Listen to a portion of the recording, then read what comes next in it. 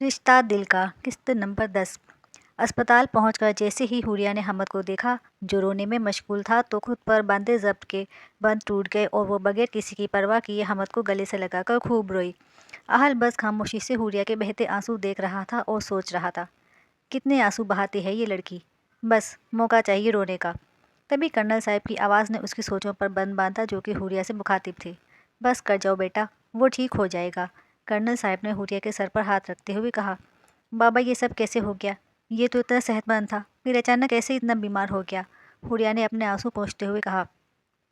हमद को गोद में लिटाकर वो उसे आहिस्ता आहिस्ता थपक रही थी।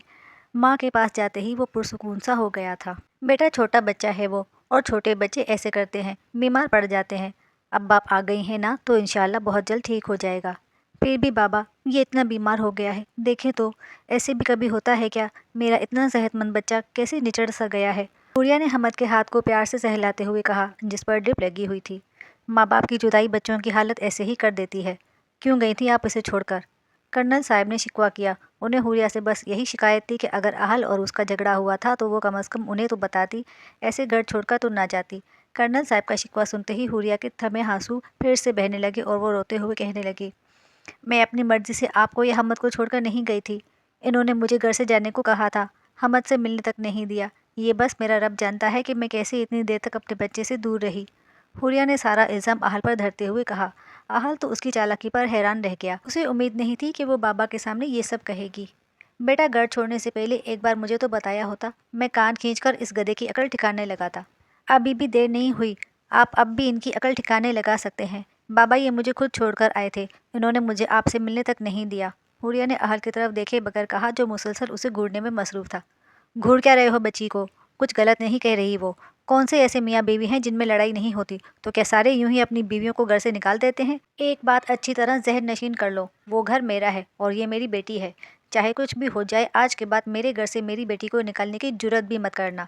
कर्नल साहब को आहल पर बहुत गुस्सा था, जो हुरिया की बातों से मजीद बढ़ गया था।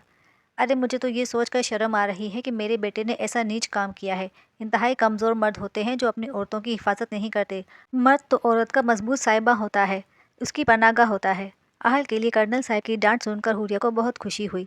एकदम सब कुछ हल्का फुल्का लगने लगा था। ये एहसास ही बहुत खुशकुन था कि वो इस दुनिया में अकेली नहीं है। उसका साथ देने के लिए बहुत मुखलिस लोग उसके पास हैं। उसने दिल ही दिल में रब का ढेरों शुक्रिया अदा किया और झुककर हमद के माथे पर प्यार किया, जो हुरिया की गोद में पुरसुकून होकर सो रहा था। भैया, बाबा बिल्कुल ठीक कह रहे हैं। आपने भाभी के साथ बहुत गलत किया है। मैंने हमेशा आपको अपना आइडियल माना है, लेकिन आपने भाभी के साथ जो किया, इसने मुझे बहुत मायूस किया है। मुझे अभी तक यकीन नहीं हो रहा है कि आप ऐसा भी कर सकते हैं। प्लीज़, अगर आगे कभी आपको भाभी से कोई शिकायत हो तो ऐसा कुछ करने से पहले मुझे बता दीजिएगा। मैं अपनी बहन को संभाल लूँगा। सैम ने कदरे नम लहजे में कहा और हुरिया ने मशकूर होकर सैम से कहा, थैंक यू सैम, तुम इस दुनिया के सबसे अच्छे भाई हो। अब मुझे यकीन हो गया है कि इस दुनिया की कोई ताकत मुझे नुकसान नहीं पहुंचा सकती। अब मुझे किसी से डरने की कोई ज़रूरत नहीं है। मेरे पास बाप और भाई जैसे मजबूत सहारे हैं, जो मुझे कभी तनहा नहीं छोड़ेंगे। हुरिया सैम के साथ साथ आहल को भी सुना रही थी, और आहल वो तो बस हुरिया के अंदाज और अल्फाज पर दंग रह गया था और सिवाय जब्त के कुछ नहीं कर सकता था। बहुत पार निकल आए हैं तुम्हारे, पर फिक्र ना करो, मेजल अहल रजा पर काटना बहुत अच्छे से जानता है। वो हशर करूँगा ना, याद रखोगी। अभी तुम मुझे जानती नहीं हो, जिस दिन तुम्हारे खिलाफ सबूत मिल गया ना, चूंटी की तरह मसल कर रख दूंगा। आहल हुरिया को ये सब कहने की हसरत लिए खड़ा रहा। हुरिया को लेकर उसकी सोचें मज़ीद जहरकुंद हो चुकी थी। ये सब जब आहल की बर्दाश्त से ज़्यादा हो गया तो वो बाबा से कहने लगा, बाबा, रात होने लगी है, अब आप और सैम घर जाएं, हम दोनों इधर हैं हमद के पास। आहल के कहने पर कर्नल साहब हुरिया को तसल्ली देकर और हमद का ख्याल रखने का कहकर चले गए। उनके जाते ही आहल हुरिया के पास आया और कहने लगा, ये सब क्या था? तुम इस सब में मेरी फैमिली को इन्वॉल्व करके बहुत गलत कर रही हो। अगर तुम्हारी वजह से बाबा को ज़रा भी तकलीफ पहुंची ना, तो बस कर दें आप। हुरिया ने आहल की बात काटते हुए कहा, आपकी फैमिली मेरी सब कुछ है। इन्हें तकलीफ देने के बारे में सोचना भी गुनाह है मेरे लिए।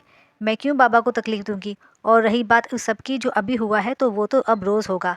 जब जब आप मुझे तकलीफ पहुंचाएंगे, मैं बाबा को बताऊंगी। आपने मेरे साथ जितना बुरा करना था कर लिया। इतनी बड़ी गलती नहीं थी जितनी ज़्यादा आप मुझे सज़ा दे चुके हैं, और इस सब के लिए मैं आपको कभी माफ़ नहीं करूंगी। अब मैं मज़ीद कुछ भी बर्दाश्त नहीं करूंगी। ईंट का जवाब पत्थर से दूंगी। मुझे मुजरिम समझने की गलती तो आप कर ही चुके हैं। आप कमज़ोर समझने की गलती मत कीजिएगा। आहल तो हुरिया को रोती धोती कमज़ोर सी लड़की से यकदम शेरनी बने देख हैरान हो गया। वो जो थोड़ी देर पहले उसके रहमो करम पर थी, अब अचानक से उस पर जंग करने को तैयार थी। पल पल रूप बदलती ये लड़की उसकी टेंशन में इजाफे का बाइस बनती जा रही थी। उसका हर रूप जानलेवा था। हमसे उलझोगे तो अंजाम कयामत होगा। हमने रोंदा है ज़माने के फिरौनों का गुरूर। किस बात पर इतना उड़ रही हो? मैंने तुम्हें कैद से बाहर निकाला है, शक के दायरे से नहीं। मेरी नज़र में तुम अब भी एक झूठी, मकार और धोखेबाज लड़की हो। जिस दिन तुम्हारे खिलाफ सबूत मिल गया ना, वो तुम्हारा इस दुनिया में आखिरी दिन होगा। आपकी नज़रों की परवाह किसे है? आहल की आंखों में आंखें डालकर शान बेनियाजी से कहा।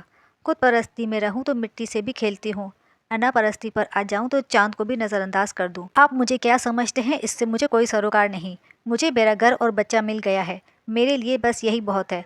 आप करते रहें अपनी कोशिशें, ढूंढते रहें सबूत, लेकिन एक बात लिख कर रख लें मेरी, कयामत तक कुछ हाथ नहीं आएगा, क्योंकि मैं गलत हूँ ही नहीं। जो कुछ मैंने आपको बताया है यही सच है और कयामत तक यही सच रहेगा।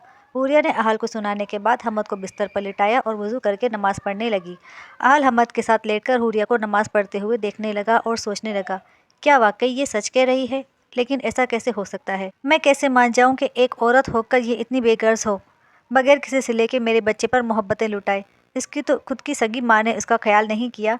जब वो माँ होकर उसे कुर्बान कर सकती है तो ये गैर होकर कैसे इसके साथ मुखलिस हो सकती है?